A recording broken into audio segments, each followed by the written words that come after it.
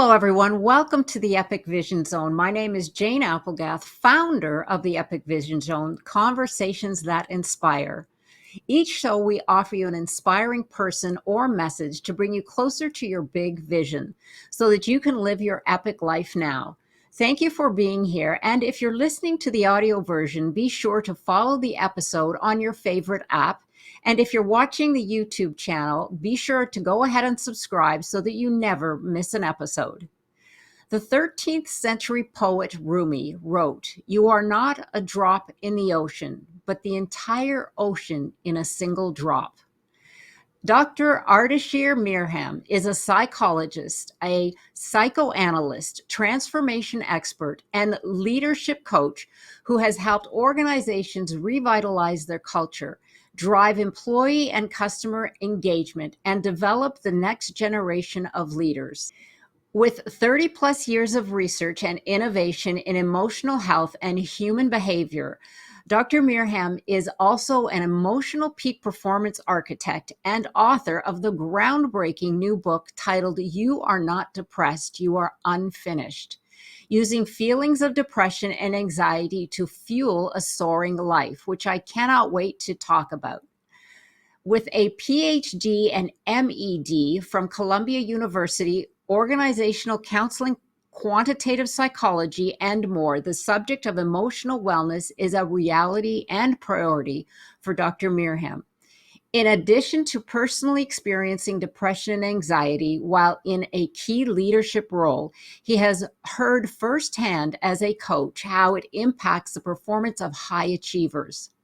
Known as a performance motivator across multiple industries and a gifted researcher, Dr. Mehran uses keen observations and direct influencing skills to help global leaders, star performers, and corporate teams step fully into their roles as leaders while harnessing the opportunities to inspire change. He lives in the Bay Area with his wife and son and his golden retriever, Lucy. His passions include running, hiking, biking, swimming, reading, photography, poetry, and music. Welcome, Dr. Mehran. I am so honored to have you join us here today. Jane, thank you so much to be with you here, and an honor, and look forward for us to having some heart-to-heart conversation about health and healing. Thank you. Oh, my pleasure, my pleasure. So let's get started from the beginning. My question Yeah, is, what inspired you to do the work that you do today? great. Thank you. You started with Rumi. So Rumi has multiple statements that imagine that in the year of 1300 that to this day resonate. Another statement by Rumi says, the answer to pain is through the pain. Mm. So when I went to get my doctorate, I have triple majors, I have four masters, double major undergraduate, and I have so many credentials, license that it's actually rather embarrassing. It's not that I was trying to get degrees. I was trying to answer a question. It Mm. was a personal question that why am I hurting so much emotionally? I'm a psychologist. I'm trained to diagnose, to heal, to research emotional behaviors. And in some way, I'm doing this work for my mother, that she lived a life of depression, and you could see it in her face. You could see it in my dad's face as their six siblings. So I grew up and thinking depression is part of people's lives. Anxiety is part of people's lives. And when I went to psychology, I was fed the narrative that you go to therapy for years, mental health is kind of a fact of life, like you accept it. I didn't believe none of that. That in universe, health and healing, we are designed for healing. And I Mm. felt psychology, it somewhat has fallen in love with illness. In fact, what really blew my mind, I was researching about what does it mean to be emotionally healthy. and go and do any research on it. Nothing really comes up. The only thing that comes up is the work of Abraham Maslow, needs hierarchy, and Viktor Frankl about man's search for meaning. Mm. But we have a vast body of pathology, depression, anxiety, ADHD, PTSD, and we think health means not being ill. That's incorrect. So I went to this work to trying to basically heal myself. I've been over the years to 7 psychologists, a psychiatrist, medication, only see my depression drops, then comes up again. Mm. And I came to accept that I will die as a depressed person, just like my mom and my dad. And that it was depressing to me that the universe doesn't decide fates like that. And especially in high performers, people who do well in corporation like me, depression, it's you kind of mask it. You have a big smile on your face. So people who knew me, while I was getting promoted, becoming a vice president, I was a team leader, role model, mentoring people. Deep down, I was dead. I was flat. And people would see my smile and they thought I was doing well, which a lot of executives do, a lot of high performers, entrepreneurs. Deep down, I was not well. And I gave up after a while going to psychotherapists. I felt they don't get me. Mm. It was through my work that they don't get me. I started to, at certain point, which is in my book, on the 3rd August of Sunday on 2012, as I woke up at 6:30 in the morning to journal, which I typically do, I ask 2 different questions that put me in a different trajectory. Instead of asking, how do I heal my depression and anxiety? I ask the question, what is depression? Mm. What is anxiety? And I start to realize the whole clinical description of depression and anxiety is like a tip of the iceberg. They miss it. Mm. That put me on a trajectory about depression. If I net it for you, depression, if you are depressed, the dear listeners, basically what it means that there are some basic human experiences that they haven't been shaped for you fully, that there are things missing. There are parts of human experience, emotions, some emotional needs, they haven't been fulfilled for you. They may have been violated, discarded. Nobody taught you, nobody taught us. So that's the reason you're depressed. You know it and you can name it. So once you know what is missing for you as part of your growing up, the way you vitamins, you know what vitamins you need to take to be healthy.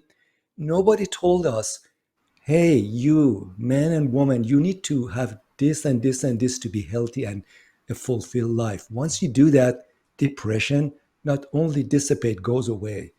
Nobody has taught us that. And depression is healed, can be removed from our human experience. That's what my work is. And this work, the reason I did that, because if I didn't, I would have committed suicide. I would have been gone by now. Mm. Wow. Thank you for sharing that. It's so insightful. You're absolutely right. Um, you know, it's very ingrained in the North, the society here of Yeah, the continents here in North America, about the definition of not only mental yeah, capabilities, because it's not mental health, but also just our general health yeah, and the ancients, as you and I have talked a little earlier, they knew a lot, but we yeah, didn't yeah, speak their language. And science has given us that capability now to understand yeah, more.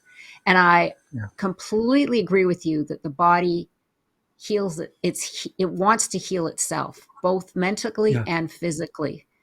but we Yeah. need to give it the space and the opportunity to do so. So the understanding, but thank you so much for that insight Thank into you. not only your interpretation, and that's why I know that the work you're doing is groundbreaking, but also for sharing your story. And we're Thank so you. glad you're Thank you. here so that you can. Thank you. I read in your book that is your quest, is to eliminate depression and anxiety. And so Exactly. all the best to you, because that we need it Thank you. a lot.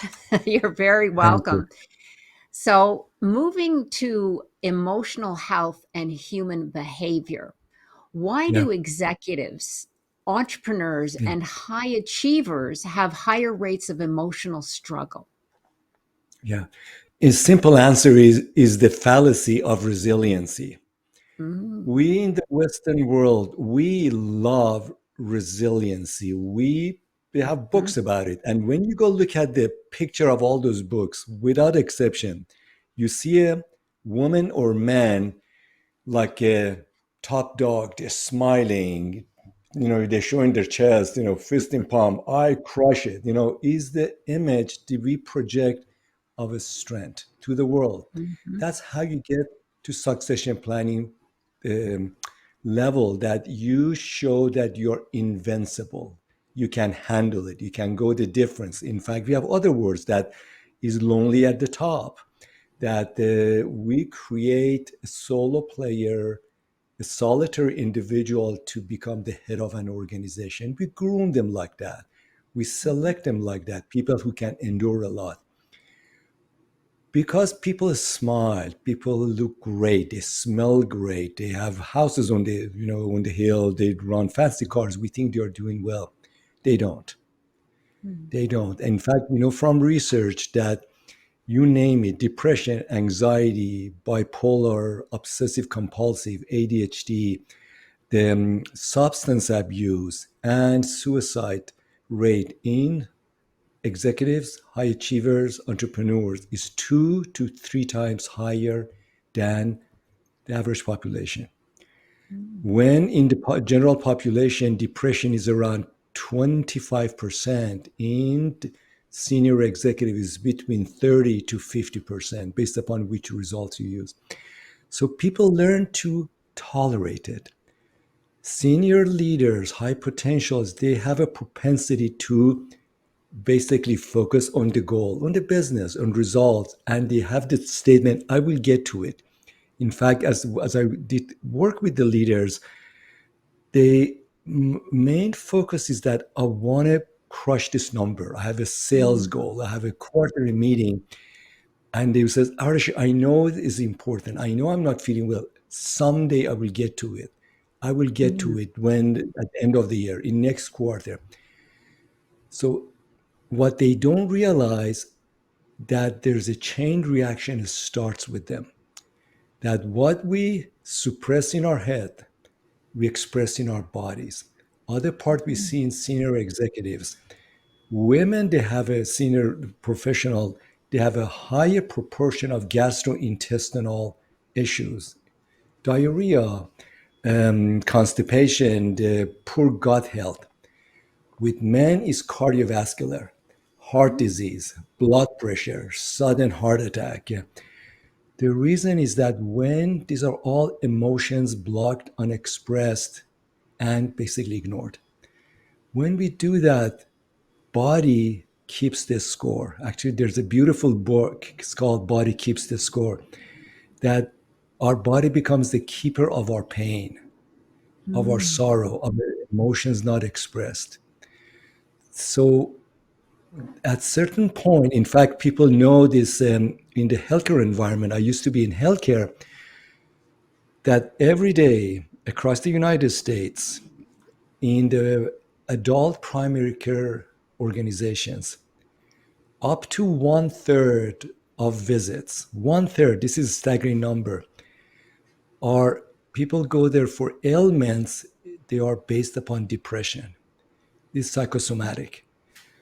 Back problem, neck problem, gut problem, heart problem, blood pressure, like in terms of sleeping, migraine. We know these are all, and doctors know this is depression, but they don't know what to do with it. You Mhm. can't tell the person goes to a psychiatrist, says, I'm not going to do that. And so what they do, they keep prescribed medications.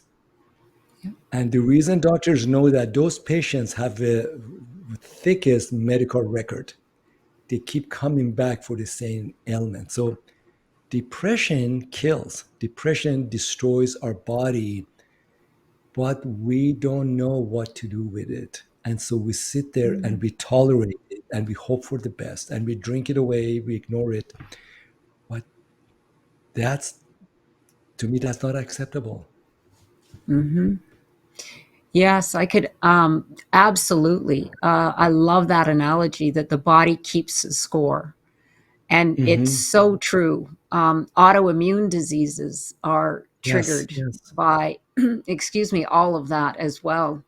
yeah, And yeah, yeah, you're right. We do not realize that that's where we're holding all of our emotions. yeah, And I say they're yeah, stuck, yeah, so that, yeah. of course, it becomes a domino effect.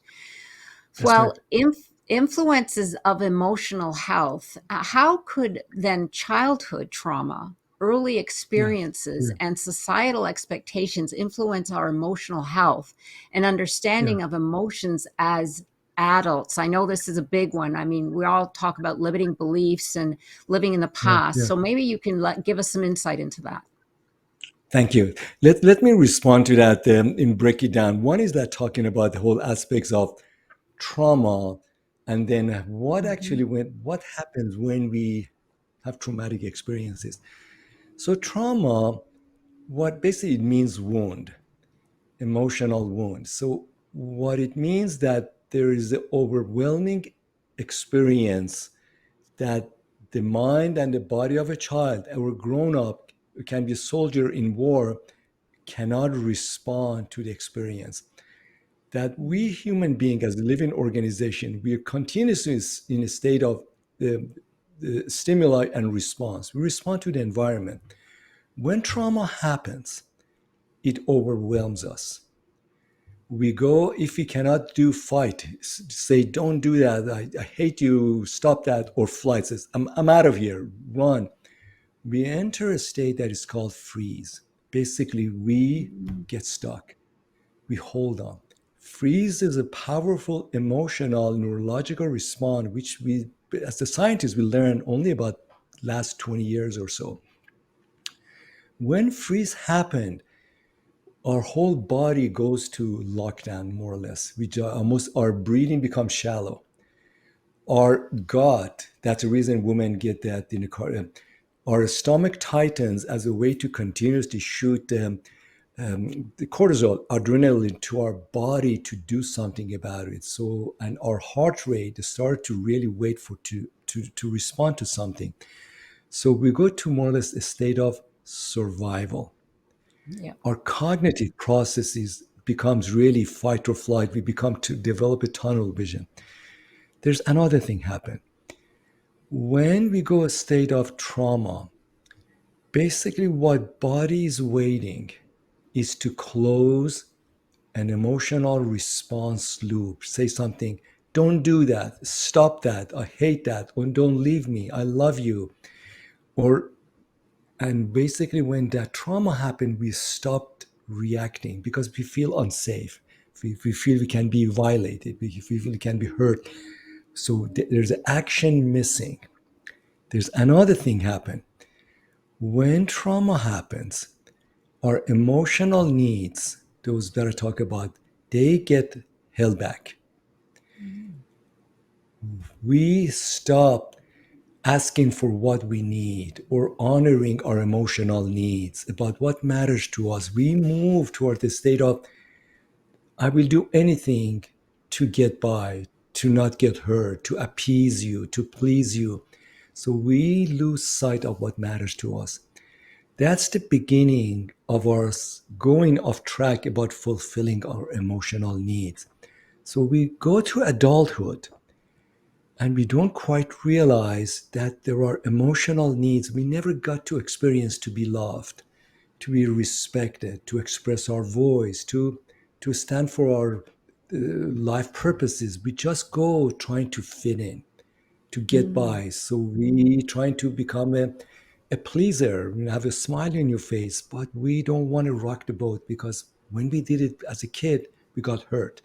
So trauma distorts and compromises human growth Mm. and can last a long time and a lifetime unless you realize it and you claim yourself. The journey of healing is a journey of claiming your rights, emotional rights, that they belong to you. For whatever reason, they were violated and never got a chance to experience, nurture them. Doesn't matter Right. how old you are. Some of my clients these days, which I love them, they're grandmothers, 70 years old.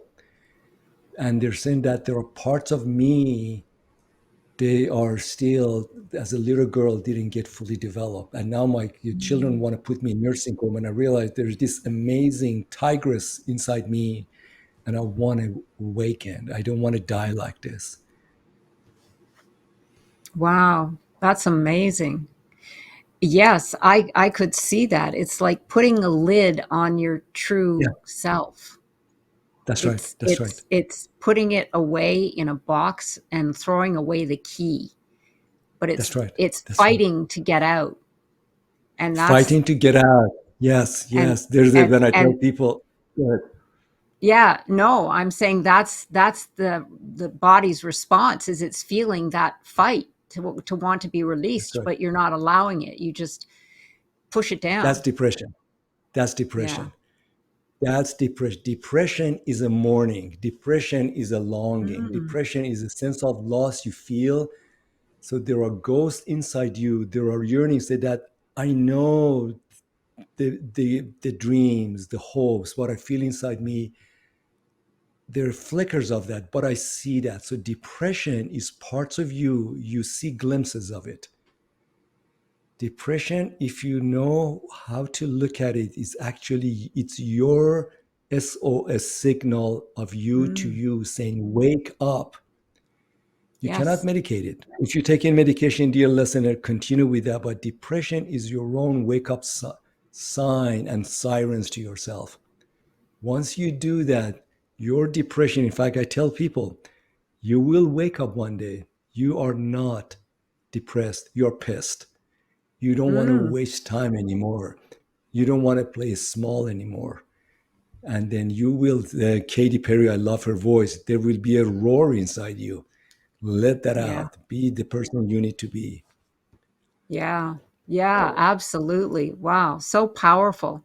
Well, thank you for that insight because I can really I it when you paint that picture, it Yeah, makes so much sense. And then going back to the body keeping score. So it all yeah, comes and folds together into the mess that many of us become, and not yeah, yeah, understanding why. So yeah, here's a big question that I'm sure many people have today because the world yeah, is changing ever so fast. How do technology and social media influence emotional health, particularly among younger people, the yeah, younger generation? yeah. Wonderful. So children these days, I mean, actually, all people, we grow up with a good understanding of what emotions are, and because part of that, we haven't been role modeled. That what does it mean to be sense of belonging, to sense of honoring your body, knowing how your body feels, if how is your back feels, like how to expressing your emotions. So social media becomes a substitute for expressing ourselves, expressing and creating interaction with others. There's a dynamic we need to understand between the mind and body. What I mean body is our nervous system, or everything from under our brain to our entire respiratory, cardiovascular, and muscles and bone structure. That our brain looks for pattern, looks for information, and looks for data to organize the world. Brain only thinks in terms of black and white information. Brain doesn't feel anything. There are no feelings in the brain. Emotions are in the body. Emotions are in the body. So brain and body, this is the interaction between them. Number one. Number two, brain has a sense about the past, the present, and the future because it can analyze context. Body doesn't. Body only lives in the moment. So part of the brain and body and why social media becomes almost both an asset and a curse is because we see something in social media and is an inside video we liked and we give it a reaction to that and we feel certain emotion. We get, it's funny, it's lovely, we interacting with others. That emotions create a sense of dopamine that we get Mm. excited about it. And we follow that as a way to bring more to our being. What we don't realize is our body is looking for comfort, just like candy. Our Mm. emotion looks for comfort. And we mistaken being in connection with a chat room, with the feed, with being in sense of belonging. One of the essential human needs, which I talk about it, is sense of I belong. And opposite of belong is I'm isolated. So we Mm. think social media, what it does, it creates a sense of I'm less isolated, but it doesn't mean sense of belonging, because belonging means that I feel a sense of love and I give a sense of love, that I feel you see me and I see you and I'm part of the tribe. The reason teenagers go for something like this almost always is a vacuum of connections and emotional needs fulfilled at home. Let me give you an example. 2 months ago, a mother called me from social media, lives in my community, and had read about my book and said, Ardeshir, can I just take you out for coffee? I want to talk to you about my daughter. Um, a teenage daughter, 17 years old, great student. And she said she's anorexic, runs all the time, very fussy with food. She's already seen a nutritionist for her diet, seen a psychiatrist for medication because she's also diagnosed with obsessive compulsive, and a psychologist for treatment for her emotions. So I'm listening to the mother. We're sitting across the coffee table and I'm watching her. And I noticed as she's talking about her daughter, her hands were going something like that. My daughter want her to feel better, her emotions. And I noticed there's a peculiar hand gesture. I asked permission, said, "Can I ask you a question? What's behind your hand?" She got startled, said, "What do you mean by my hand gesture?" Said that it almost looks like you're sculpting something, you're shaping something, you're organizing. She leaned back, took a deep breath, and said that because all throughout she was talking about the sense of control. We want to bring some more control, some predictability. And I said that, is it possible you're trying to bring a sense of control, oversight, managing your daughter's emotional health? She said, tell me more. She said that there are often children, teenagers, they go on like basically anorexic. It's not anything wrong with them. It's almost like political prisoners that the only thing they have under their control is going to hunger strike. Mm. That's how they get a sense of dignity, sense of Control. control, and Mhm. sense of negotiation. And I ask her, is it possible your daughter is trying to gain some level of control? And I said, may I ask you a question? And I shared with her about the emotional right. What is a quality of connection in your house? What is a quality of love shared and felt in your house? To what extent there is openness to be there, to be with each other? She took copious notes. Next morning, I had a long email, and she said that what she and her husband that night realized that their house was really designed around managing, making sure that her daughter gets to Ivy League school and they crush it. But it wasn't really a sense of emotional connection that feeds that. Mm. Subsequently, her health, they start to downshift with all her therapies. That it spend more time together, listening more versus instructing and controlling. So going to your original question is about what teenagers need when they go to social media is really reflection about what's missing at home. Mm. Emotional fulfillment. So they go there, and adults do the same thing too, in terms of substitute what is not there. And that's what addiction is. Addiction is a substitution for what is not there, and something is missing. Right. Yes, absolutely. I could see that. And it is unfortunately quite an epidemic, Yeah, because I it think is. that It is. because of social media on the parents' side as well, and they're Yeah, busy, and they, unfortunately, a lot of newer parents with the really young children, they have their electronics as their babysitters. So they'll that's right. put the That's right. screen in front of their child instead of spending time Absolutely. with them, walking in the grass, or, Yeah, just yeah, playing with them. And that's then right. it begins, right?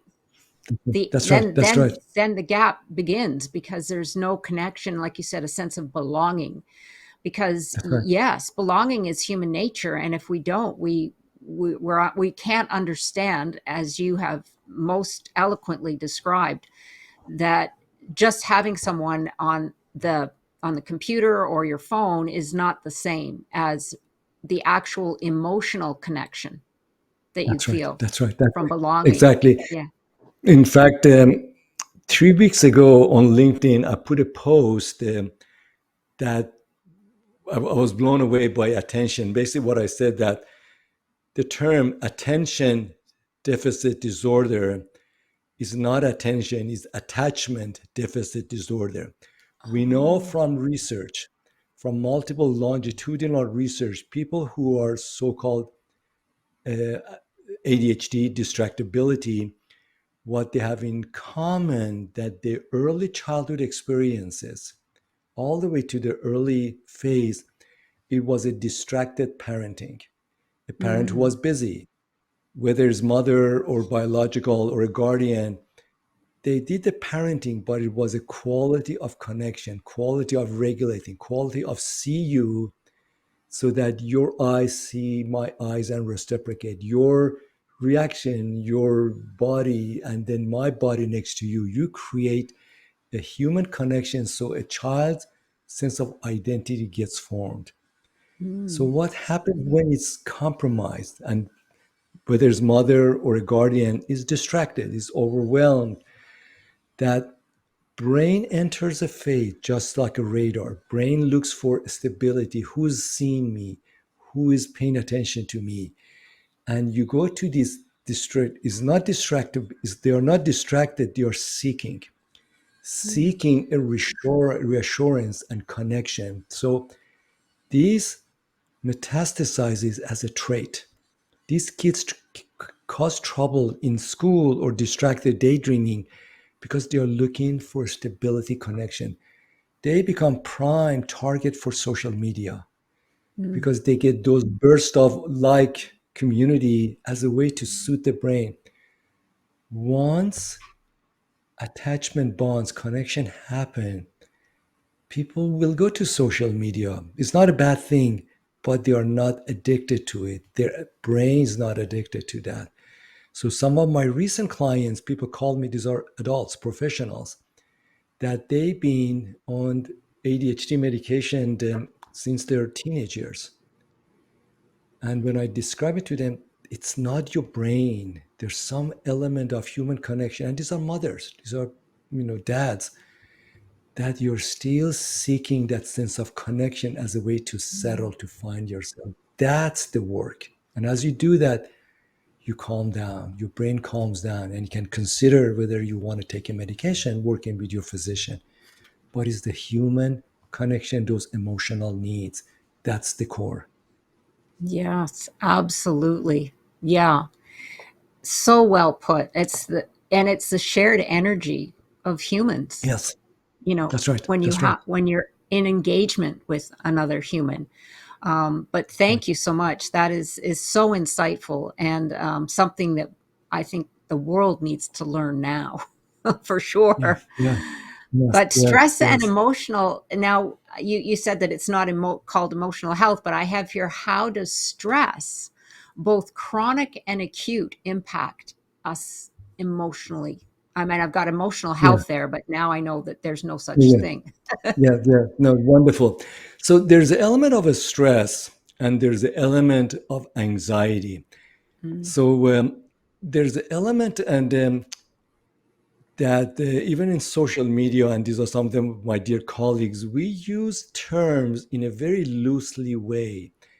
Is stress, chronic stress, and at what point becomes anxiety? So basically, a stress means that I'm sitting here in my office, and if there's a, let's say, there's a bang on the door, my dog Lucy barks outside, that's the stress. What is Lucy doing? So your body right away, something happened. Do I need to do anything? You respond to that. You hear the stone on your window or something like it's stimuli happening, you respond to that. Chronic stress is that something like a good example is pandemic. When pandemic happened, pandemic was a stress, something we've never seen. Stores closing, mask, obsessive hand washing. So these are all stress because your body goes to sense of something's going on. It becomes chronic when it happens again, happens again. mm, That you go to the store, it's closed. The items you want, you can't find it. It creates a sense of something's wrong, something wrong. At certain point, stress turns to anxiety. This is where the corrosion happens.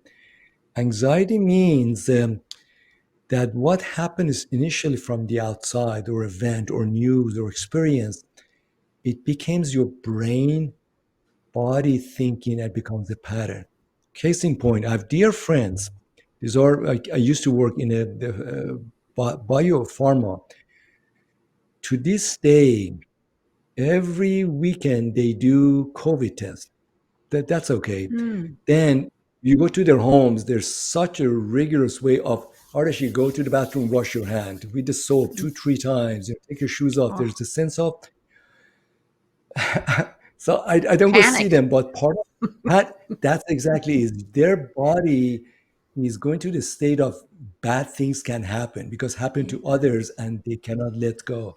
Same thing with the child abuse and bad bosses. You see the boss coming right away, your body's locked down. Oh my gosh.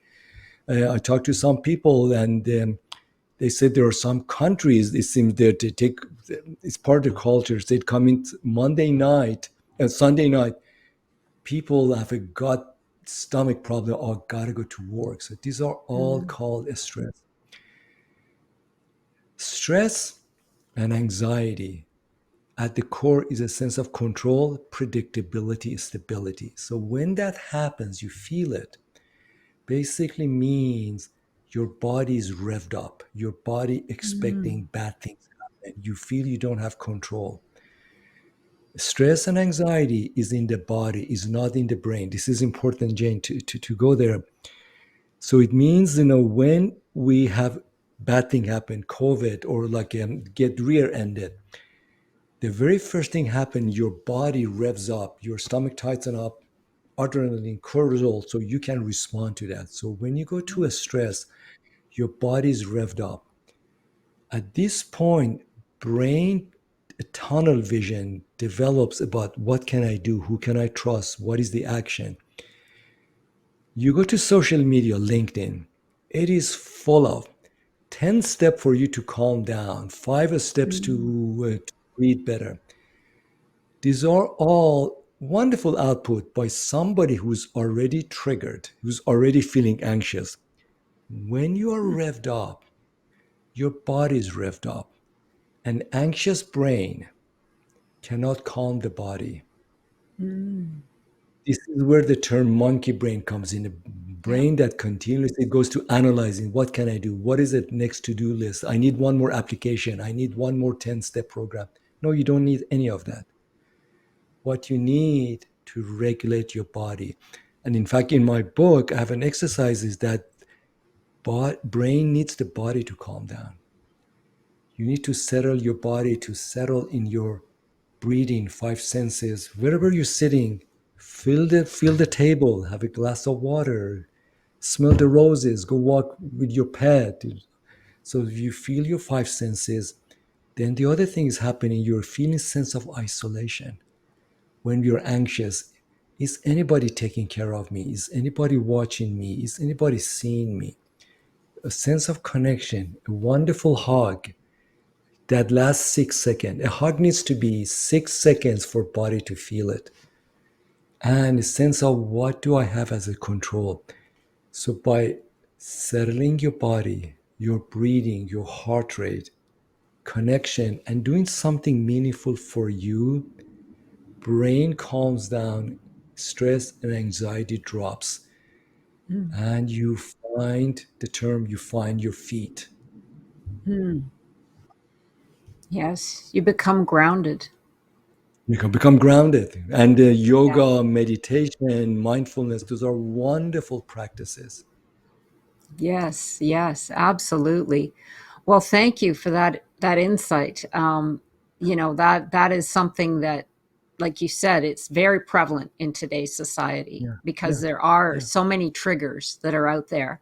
That's right. And That's learning right. those practices is what I call them because they are a Yeah, practice. And that's right. you know, at and it's great to learn them before you're in that fight or flight anxious Yes. position because then you have those tools to go to. Yeah, So yes, absolutely. absolutely, I could see that, and I definitely understand the whole process and why it is so valuable to unlock all of these incredible tools that we do have, and they don't cost a penny. It's really just a matter Absolutely. of understanding that we have That's within right. us the That's right. power Yeah, to exactly. regulate, if you want to use that word, our being. And it's not really That's even right. Absolutely. regulating, it's just connecting with our true essence, That's because right. our That's true right. I essence is love that. in a state of calm, isn't it? That's right. It is. It is. We are designed for health. We are Yeah, designed for health. Just like any yeah, organization or organism, when you're out of balance, you're not watered, you're injured. We are designed to find a balance, regrow, heal ourselves. yeah. We in the scientific, and this is global, it's not just Western world, we fell in love with illness, Mm, with the glorified illness. And in fact, it blows my mind how many people reach out to me and they just litany of symptoms and illnesses, diagnoses they share with me. And as they work with me, they always say that actually they point their finger like that. You don't use the depression, ADHD, OCD. And I tell them, no, because illness is an expression. Illness is a consequence, is not a cause. Go hmm. upstream, fix the system, get the system to balance. And illness is almost like your car, you're going down the road and there's some engine noise. It's not about removing the engine noise, it's about what is out of whack. Go look at the whole entire system, then the noise will go away. So instead of trying to reduce the noise, instead of reducing the symptom and illness, and as a society, I mean, we come to accept our emotional struggles, they're life sentences. Yeah, That's got to change. That's yeah, not I true. know. I'm with you. Yeah, and there goes the medication. So yeah, it's a That's vicious right. circle because there's a lot of money involved in that. And we don't need to go That's right. down that That's right. road, as I'm sure That's you right. know. Well, here's Yeah. something that we could all use: the role of gratitude, how it Yeah. plays in our emotional health. Yeah. I love that. Gratitude means being in a state of presence, here and now. And whatever you see with a sense that it's good, the people you are with right now, they are good, and seeing the beauty. the reality of how things are and appreciating that. Earlier today, I was on a call with a senior executive who was reached out to me. She's a client that there are two major roles coming up for her, option A, option B. Both of them has a pros and cons, and she was stressed to make the right decision. Very important topic for her, and by its nature.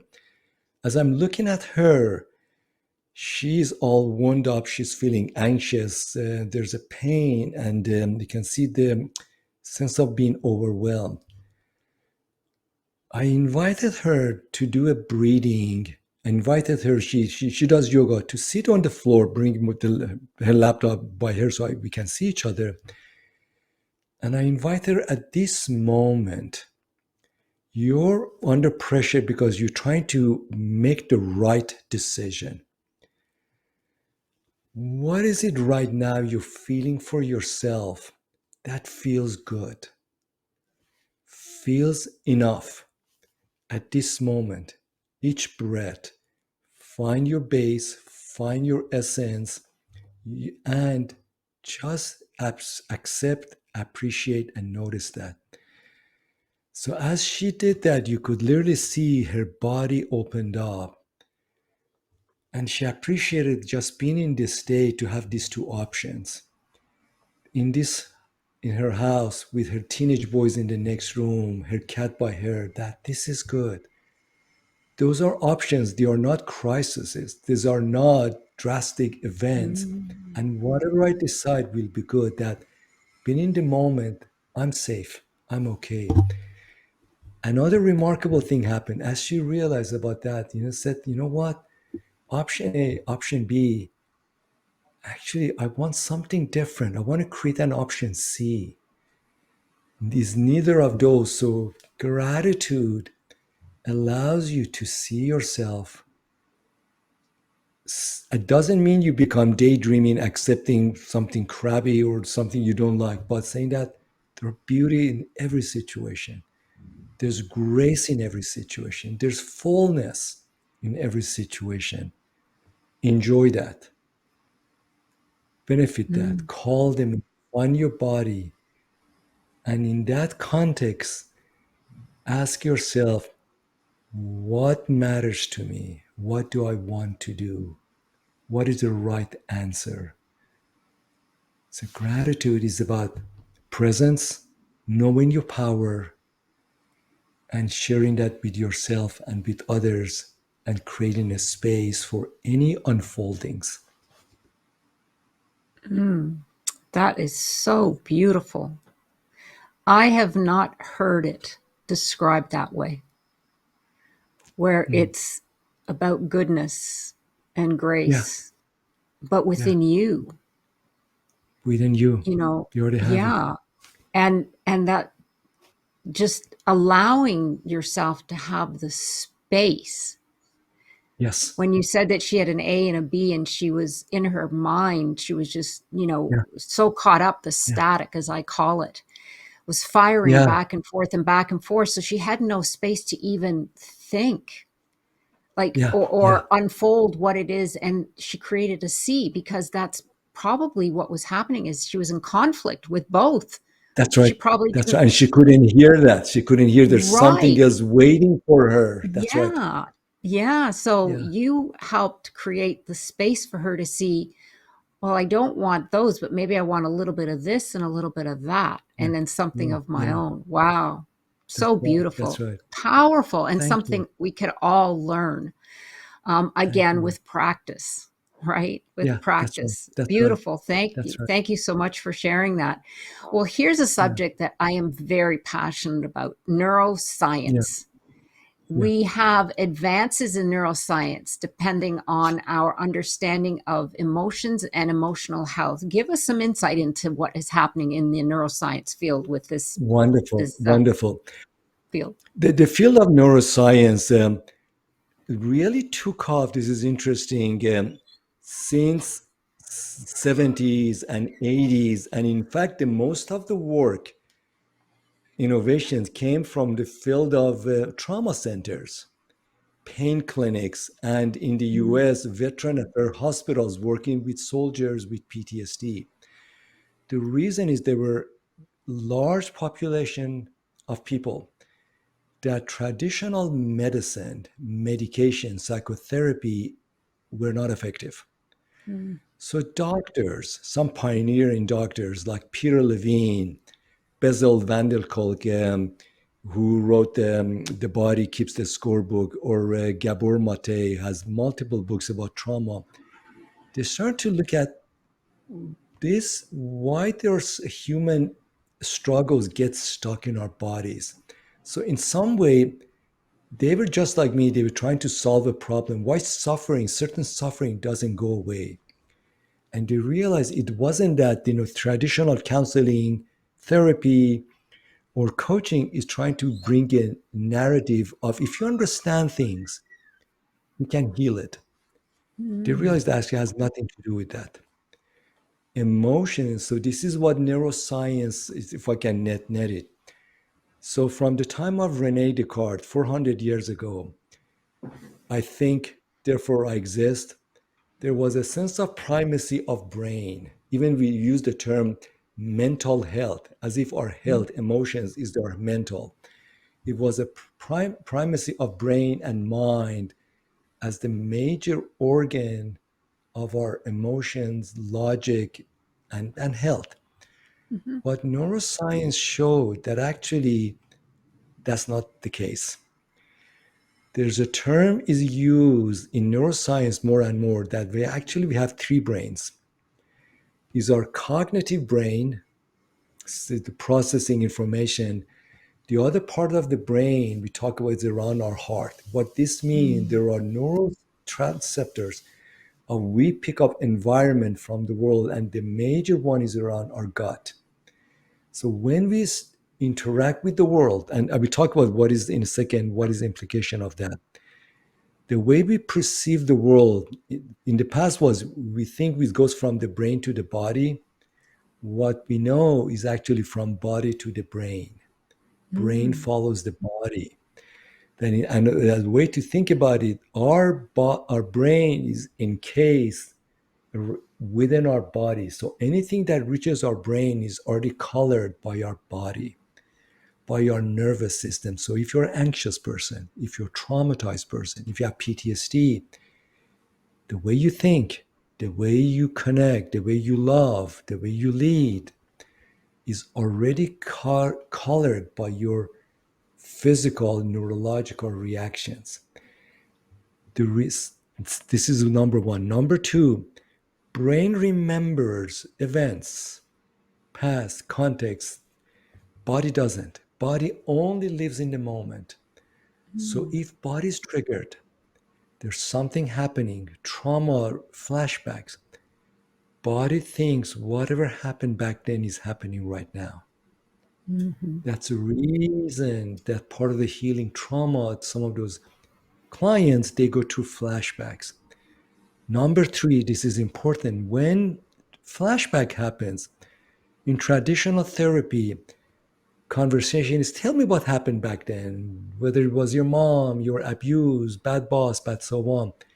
That is actually not helpful. You re traumatize patients all over again. um, If it comes up, what it means, your body is waiting for response loop to close. Body, our nervous system is very literal. It doesn't use word, needs to see action, do something, say something, run away, scream, express love, express hate, anger. So the way you heal trauma or hard emotions is you invite the client to use the energy of whatever is coming up, good and bad and ugly, to do something right here, right now in a small doses. You create a reaction that didn't happen back there. The profound mhm, nature of this, Jane, this is important. We are designed literally to rewire our emotional system every single second. wow. That's what about healing. That once you know the reason you're hurting, there are actions you didn't get a chance to finish to do. Mm, Once you do that, your nervous system, your pain, your PTSD leaves your body, and you create a new narrative based upon your reality right now.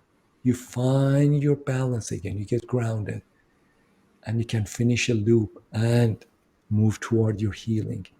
So, healing, the work that I do and I document in my book, these days, once you use neurology, basically learn how to hack your own system, healing is a lot faster. It's a lot deeper. You don't need long term therapy. And they last longer. And you're Yeah. transparent. Once you learn how this system works, you can learn how to basically self heal, self correct in the right environment.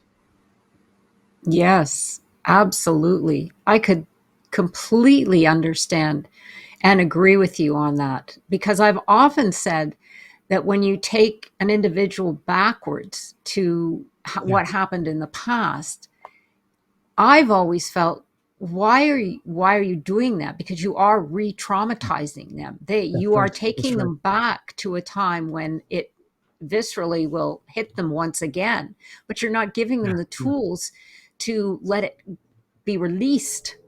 You're just yeah, you yeah, know you want the story, so of course you can yeah. understand, but they're not releasing it when they're going back there. They're just That's right. reinforcing it. That's right. Almost, it's like a record player with a scratch in it. It just keeps going over and over and over That's right. again, That's right. That's right. and you've got That's to right. move the needle, right? So Exactly. Exactly. Exactly. yeah. The you just said it so well. I was talking last year to a colleague in New York City who was trained like me in psychoanalysis, and we were exchanging notes.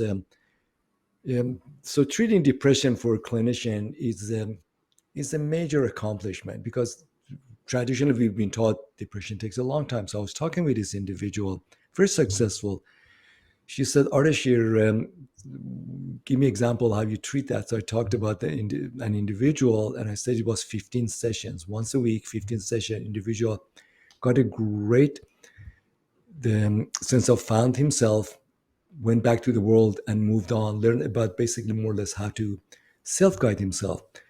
His case was also working with a male client. It was a 4-year program, 4-year treatment, 3 times a year to get there. So I'm just thinking, both I was thinking, where's the truth? Because I know I felt awkward, I thought maybe I'm messing things up. After that, I went down reflection. Maybe I don't get it right. Then I realized, no, that's how we were trained as therapists. That Yes. you come there and you talk about certain event versus once you bring the body, nervous system, is the whole person involvement. Healing, instead of trying to understand the depression, use the science of depression. Depression, if in terms of contain it, depression tell you something, unpack Mhm. it, and you can use the energy to heal faster. Mhm.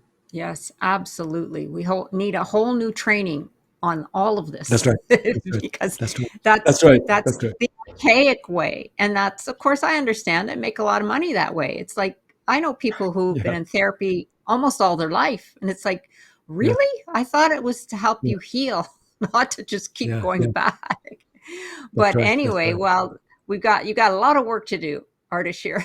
But so Thank you. here's stepping into the Yeah. future of emotional health research. How do you Yeah. see that? And I know that you're involved as well with a group of individuals. So give us some insight into how you're working towards that and what you're creating for the future Great. of Thank you. emotional health research. Yeah. Great. Thank you. So, what I believe, and it gets confirmed almost literally every week. So, my book came out in May of this year and quickly became Amazon new release bestseller, which I had no idea. I was blown away. In fact, people start Saturday morning text me and say, "Did you know that?" I said, "Thank you. I didn't know. I didn't expect that." So it's really is about closing a scientific gap that we do. It's about what does emotional health looks like. We have 7 enduring human emotional needs that they've been with us throughout the mankind. You see them in the Old Testament, New Testament, Greek and Roman philosophers all the way to now, but nobody's put them together. Those needs are I belong. I'm boundless. I am complete. I matter. I make. I am, and I soar. I describe in my book what those are, what is the science behind it, and multiple examples of people like us going through life, including in my book, I have for each chapter, each one of these needs, I have a Spotify playlist that once you understand these needs, they're all, you see them in literature, in songs, all the way to Katy Perry, Taylor Swift, country songs. That is all around us. Nobody taught us that. Mm. My hope is that getting the psychology of healing to where people are in families, schools, workplaces, communities, places of worship, that this knowledge, it's really, it doesn't belong to me. I was just, certain circumstances was helped to discover, compile it, and bring it back to the world. Thank you. That's the book. You're not depressed, you're unfinished. And people do write me across the globe and says, unfinished, I get it, I know what that book is all about. That if you're feeling struggle in depression and anxiety, ADHD, means part of our being didn't quite get finished. My book shows you how do you identify it, what it means, what does it matter, and the steps to go there. And I'm starting to give podcasts, creating communities, going to group meetings, so people to know this. My goal is a movement that people know this, use it, build on it, do further research, and bring it to their lives. And and I share this with my wife that when I take my last breath, on my tombstone, the following will be, he helped discover the cure for depression and ease the suffering of millions. That's my life purpose. That has been eluding us for centuries. We know now that depression and emotional illnesses can be healed. The science is actually, it's coming, getting the science to where people are. And so that's my goal. And then if the folks, they like this message, if there are, you want me to come talk to your place of worship, actually do people call me, come to our church and nursing homes, schools, by all means. This message doesn't belong to me. The world needs to know that. And yeah, let's do this together. Yeah, that is beautiful and so powerful. Well, you may have answered this question, Ardeshir, but I have, if there was one critical message you could share Yeah, with the world, what would it be? thank you. Wonderful. So I'm thinking about the struggle that I had for years, and I went to psychotherapy, and I came to accept that my emotional heaviness ailment, it's part of me because my mom was like that, my dad, my grandparents. So if you have emotional struggle, I invite you to think about, no, that's not your nature. That's not your destiny. That's not your fate. It's basically a science that is just discovering the truth about health and healing and illness. So don't accept as your fate and that you need to go through life like this. Number one. Number two, so people say, so where do I start? Follow the energy. Mm. What depression does, what anxiety does, they numb us. We go basically to a lockdown situation.